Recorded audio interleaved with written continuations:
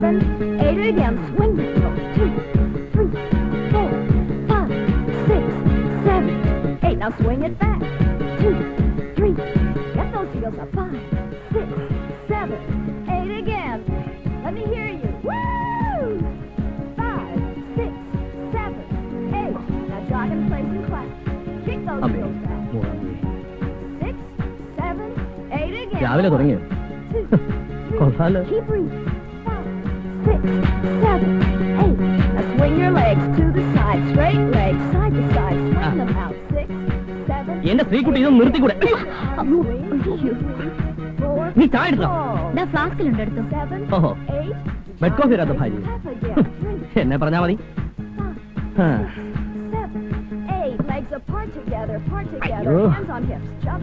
ഒരു ടൺ പഞ്ചാരയും കൂടി ഇടാൻ എന്ത് നല്ല മധുര.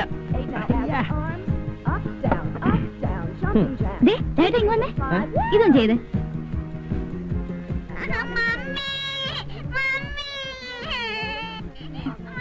അയ്യോ ചേട്ടൻ മോളാണെന്ന് ഒന്ന് ചെല്ല്, അല്ലെങ്കിൽ അവൾ ബെഡൊക്കെ വൃത്തിയാടാക്കും. അയ്യോ, മോള് കരയുമ്പോഴെങ്കിലും നിനക്ക് ഈ പണ്ടാറ് നിർത്തിക്കൂടെ എന്റെ സ്ത്രീക്കുട്ടി?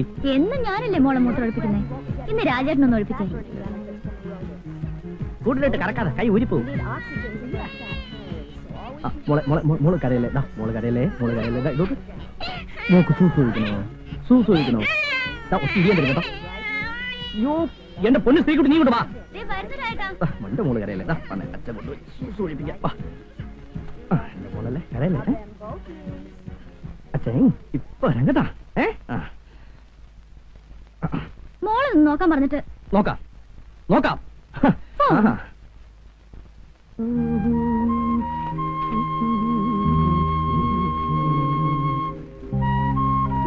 ഉള്ളൂ. മോൾ ഇവിടെ അച്ഛൻ്റെ അടുത്തിരുന്നു കേട്ടോ. ചേട്ടാ മോളെ നോക്കണേ, ഞാൻ അടുക്കളയിലോട്ട് ചെല്ലട്ടെ. അല്ല പിന്നെ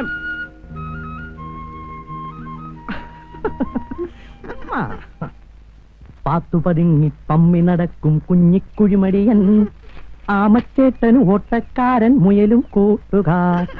ഒരു നാളവർ രണ്ടുപേരും പന്തയം വച്ചു, ഓട്ടപ്പന്തയം വച്ചു. അച്ഛനിപ്പ വന്നേക്കാം.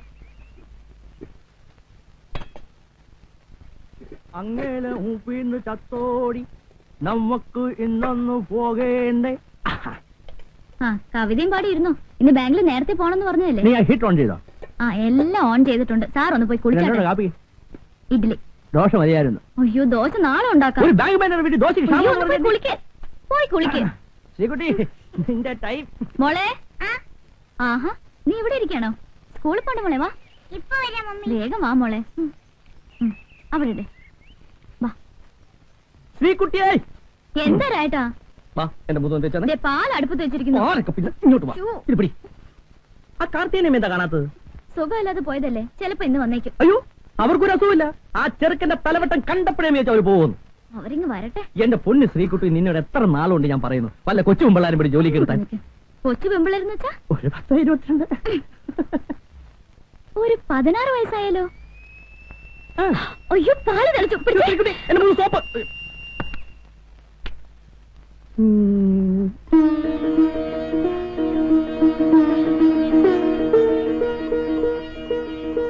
അമ്മേ, മുഖാമേ.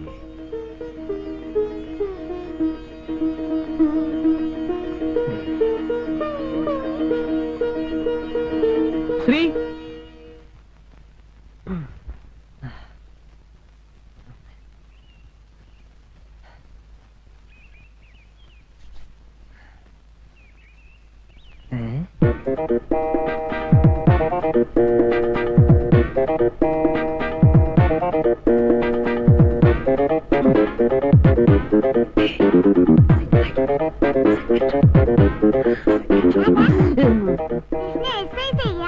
അതെ, എക്സസൈസ് ഇല്ലെങ്കിൽ ഭയങ്കര ആഭ്യന്തര കുഴപ്പം. അവളോ? ആന്റിക്ക് മോളെ എന്തൊരു ഇഷ്ടമാണെന്നറിയാമോ അല്ലേ? ഓ,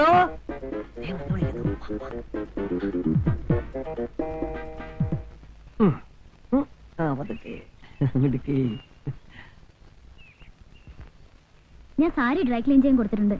കൃഷ്ണൻ തിരിച്ചു വരുമ്പോ ഒന്ന് വാങ്ങിച്ചോണ്ട് വരണേ. അയ്യോ, പട്ടുസാരി ഡ്രൈ ക്ലീൻ ചെയ്യരുത്, പെട്ടെന്ന് ഡാമേജ് ആകും. ഈ സിന്തറ്റിക്സും കെമിക്കൽസും കൂടി ഡൈലൂട്ട് ചെയ്യുമ്പോൾ രാവിലെ തുടങ്ങിയോ? അല്ല, ഈ പട്ടുസാരി ഡ്രൈ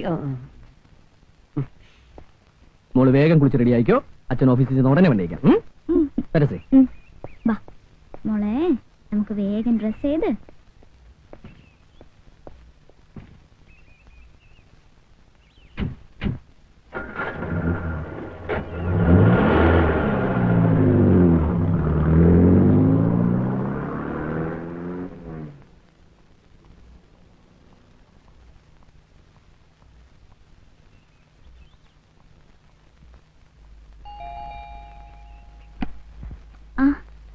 ചേച്ചിയോ?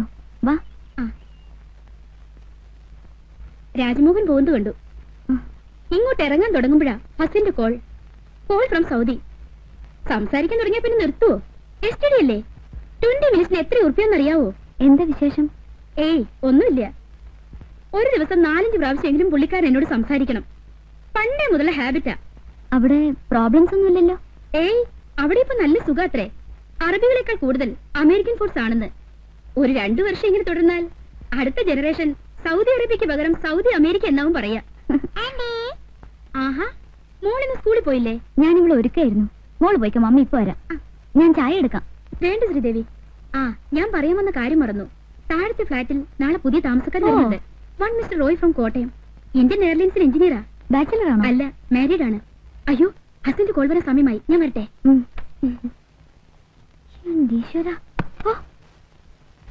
ആഹാ, അപ്പോ ശ്രീകുട്ടിക്ക് ഒരു കമ്പനി ആയല്ലോ. കോട്ടയംകാരൻ അച്ചായനോ കൊയിലാണ്ടിക്കാരൻ അസനാരോ ആരായാലും നമുക്കെന്താ. പോയേ വണ്ടി അയച്ചിട്ടുണ്ടേ. ശരി മിസ്റ്റർ മോഹൻ സാർ, ആ ഗുപ്ത ആൻഡ് കമ്പനിയുടെ ഓഡിയോ ലിമിറ്റ് എത്രയാണെന്ന് ആ രാധാകൃഷ്ണനോട് നോക്കി പറയാൻ പറ. ശരി സാർ.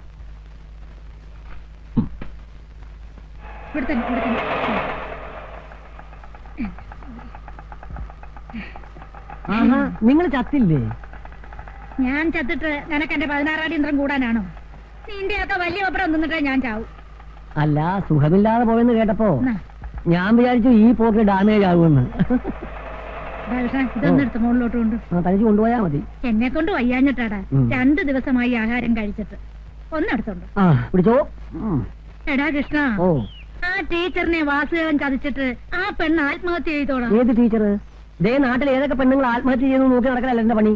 അതല്ലടാ, ബുധനാഴ്ചത്തെ TV സീരിയൽ. എത്തിയോ? അസുഖമൊക്കെ മാറിയോ?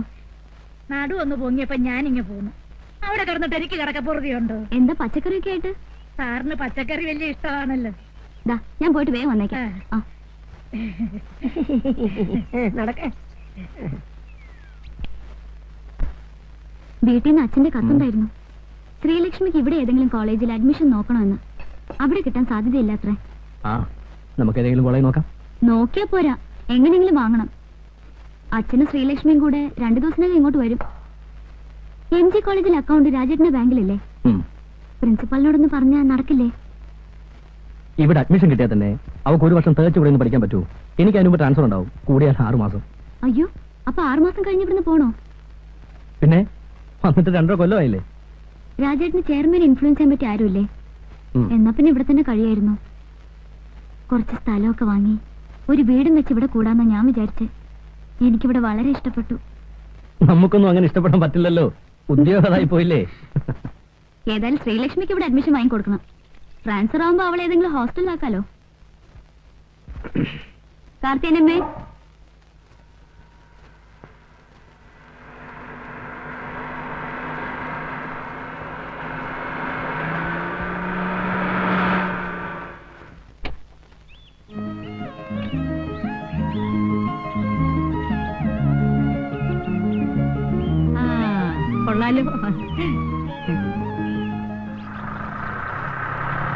ഏതാ വീട്? താഴത്തെയാണോ മുകളിലത്തെയാണോ? താഴത്തെയാ. എങ്ങനെയുണ്ട് എന്റെ സെലക്ഷൻ? കൊള്ളാം. ആകോക്കെ ഒന്ന് കാണട്ടെ, എന്നിട്ട് ബാക്കി പറയാം. എന്റെ സെലക്ഷൻ ഇന്നുവരെ മോശമായിട്ടില്ല, നീ അടക്കം. അപ്പൊ ഞാനെന്താ മോശാണോ? അല്ലാത്തത് കൊണ്ടല്ലേ മേജർ സുർജിത് സിംഗിന്റെ വീട്ടിൽ നിന്ന് ഞാൻ ചേട്ടത്തിയെ പൊക്കിയത്. അച്ഛാ, എന്റെ പൊന്ന് ചേട്ടത്തി, ദേവി ഏത് ഹിന്ദി സംസാരിക്കുന്നു. സുർജിത് സിംഗിന്റെ വീട്ടിൽ നിന്ന് പഠിച്ചത് അറിയാതെ വന്നു പോയതാണ് മോനെ. ഐശ്വര്യമായിട്ട് ആ ചാവി എടുത്ത് ഷൈനി കുഞ്ഞിന്റെ കൈ കൊടു. ഇങ്ങിതാ. കർത്താവേ, എന്നാ പിടി. അയ്യോ, ഷൈനി, നെയ്യപ്പം. എന്നതാ നെയ്യപ്പോ? എവിടെ? നെയ്യപ്പം ഉണ്ണിയപ്പം ഒന്നുമല്ല, വേറൊരു കാര്യ. രാജേട്ടാ,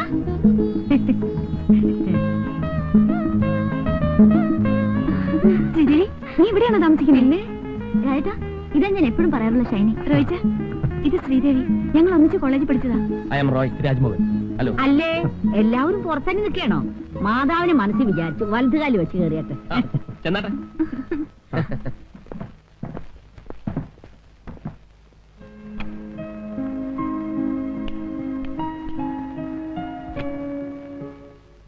മുകളിൽ ഇത്രേ സൗകര്യമൊക്കെ ഉള്ളോ?